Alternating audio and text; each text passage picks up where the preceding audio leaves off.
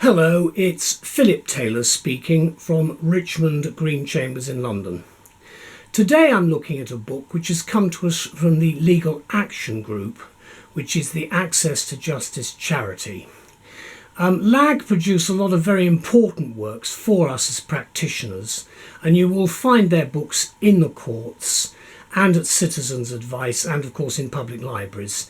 They are a very useful, cheap guide to the law and the procedures in particular cases mainly involved in what we call social law, which is what I practice in. This book is particularly important, I think, for members at the family bar and also for the wider area because it covers, as the title suggests, adolescent mental health care and the law. It's been written by Camilla Parker, and I found it very important because I practice in this area, and I'm of course a fully qualified teacher who taught special education needs students. Now I refer to adolescents as young people because I consider them as younger persons. So depending on what your particular take is on this, this book is about basically people who have not attained a majority, that is 18 years of age, but they are in that what I suspect sensitive area between about 14 and 15 and 18.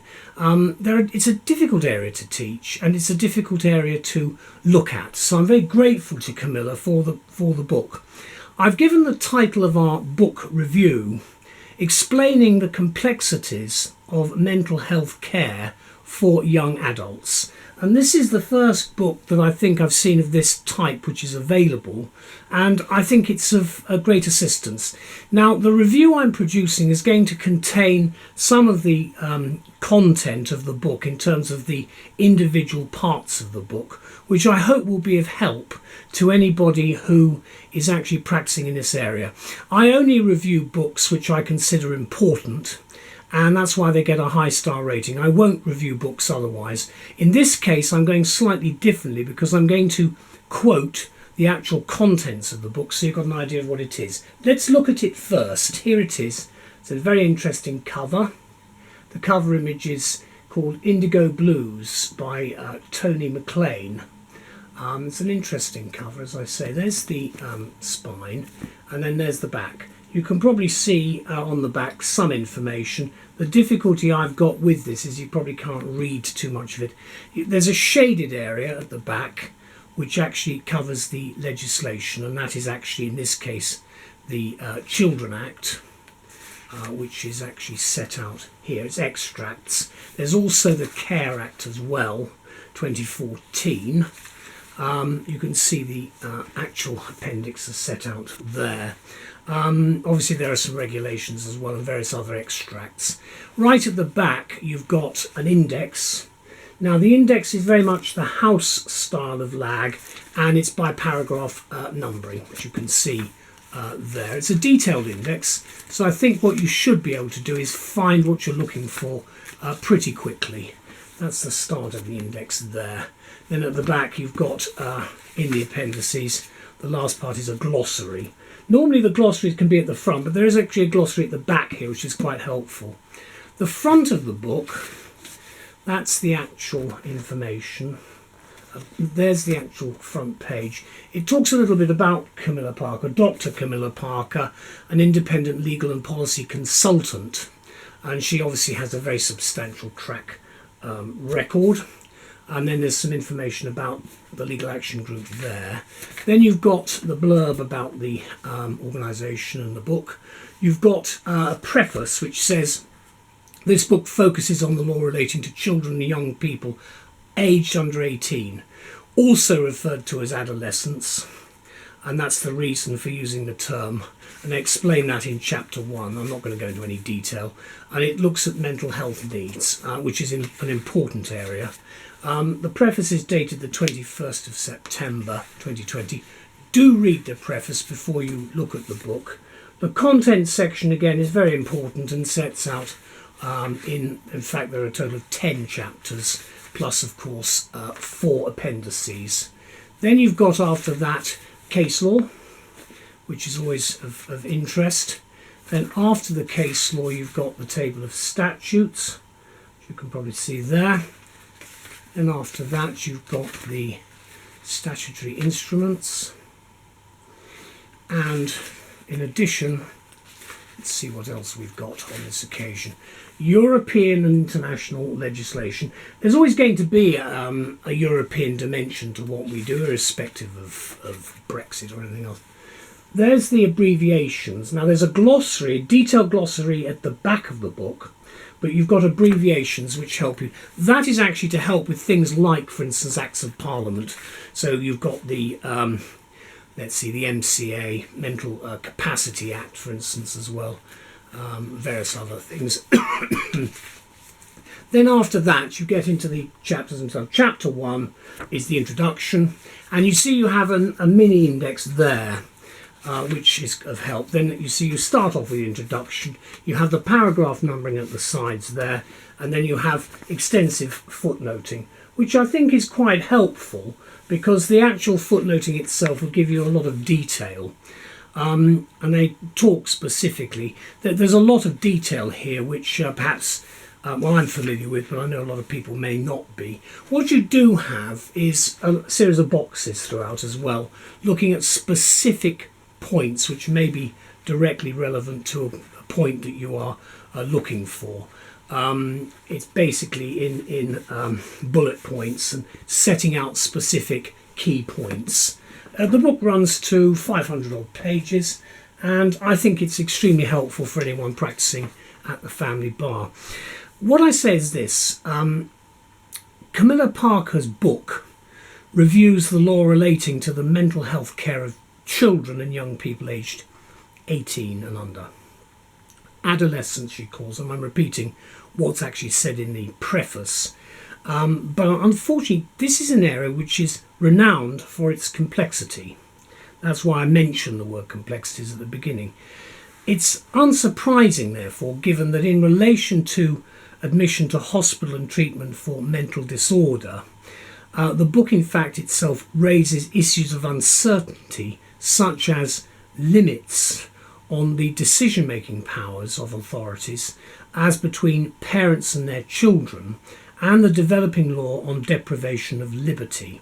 I'm not going to start another attack on the Mental Capacity Act or the Mental Health Act, and the basic position, which is that the legislation is a mess, because we need to have at some stage one piece of legislation that will start looking in the future at each and every category and how we are going to deal with these matters in the future. It's quite possible post-COVID that will happen because of the huge increase in the numbers of mental health matters which are now coming to the fore. And more widely, of course, the book gives us the provision of mental health services for this particular age group, which involves, of course, a range of differing agencies who are involved, and also it looks at a raft of the legislation, the case law, regulations, codes of practice, and of course policy guidance across all the differing fields of law. And they are covered here, although it's titled Health Care. It's mental health, mental capacity, community care, that's the Care Act, family matters, that's the Children Act specifically, and the family legislation, and of course children's rights. Now, what the book does, and what I think Camilla succeeds here, is it demystifies this area of law, and it covers these, and I'm going to give you a list of what's actually in the book. It gives you an overview of the services forming the system known as the Child and Adolescent Mental Health Services, CAMS, it's perhaps known as, but it includes responsibilities of local authorities for the provision of care for children in need, looked after children, and the under 18s with special educational needs, the SENs. And I think that's again very important, because there are rather more people who have these problems than many will realise. You've then got decision making by adolescents themselves and those with parental responsibility, including the legal tests for capacity and competence, and the determination of DOLS, the deprivation of liberty. Then you've got the application of the Mental Capacity Act 2005 to the under-18s, including an overview of the forthcoming liberty protection safeguards. I don't know how, of course, they're going to work at the moment. Then the rules for identifying parental responsibility, or PR as we know it, and the nearest relative. You've then got the more detailed information about admission to hospital, the treatment for mental disorder, both informal and detention, of course, under the Mental Health Act itself, including consideration of age-appropriate environmental duty and the ongoing responsibilities of local authorities for under-18s receiving inpatient psychiatric care.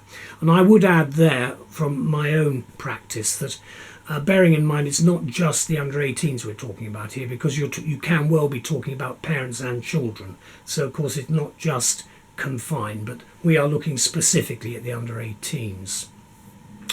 You've then got the whole area of discharge from hospital, looking at the role of the tribunal itself and specific issues for adolescents, younger people. Then aftercare planning, which I think is absolutely crucial, against an area that is not necessarily looked at as much detail as it should be, and how the various legal frameworks for the provision of health and social care apply to adolescents leaving hospital, and the community powers, including community treatment orders and police powers. Now, what Camilla has done is she's brought together the differing legal frameworks that might apply to young people with mental health needs. This book seeks to bridge a gap in the information currently available. And to date, of course, resources concerned with both mental health and capacity law tend to focus on adults, which is why I think this fits a nice niche, which LAG have found. Obviously, because there has been this emphasis more towards adults, while those, of course, concerned with children's services rarely consider the specific issues for adolescents themselves with mental health needs, and how legal frameworks such as the provisions for looked after children interact with the Mental Health Act itself. That, of course, could be care proceedings as well, of course, and a variety of other areas where local authorities are involved. Let me conclude by saying this. In addition to providing a resource for legal advisors, such as those providing legal representation, as I do say before mental health tribunals, the book's also designed to be an accessible tome, if you like, for non-lawyers, including professionals working in children's services and mental health services. I certainly think it should be something that local authorities invest in buying, because I think it will have help to them. And that, of course, when we're looking at mental health services, we're not just looking at the range, because it's adult as well as children and young people's services. I'm really grateful to Camilla for producing this work and for LAG for publishing it. The date of publication of the paperback is cited as at the 12th of October 2020, and I'm recording it a couple of days later. There's the actual book again, the spine, and then you can see the back. Just opening it in the middle. This is adolescents treatment and care in hospitals. This is quite an important area in terms of what I will be doing, because it depends which court or tribunal you are actually involved in. But you can see the structure of the book. You've got the blocked sections, which are key points and general principles. Then you've got the paragraph numbering, and you've got the actual footnotes there, which you can see. All in all, thank you to LAG for producing this new book. It's great. It's something that will be needed, I'm sure, by anybody who has clients in this age group. And so it's a big thank you to everybody. Bye-bye.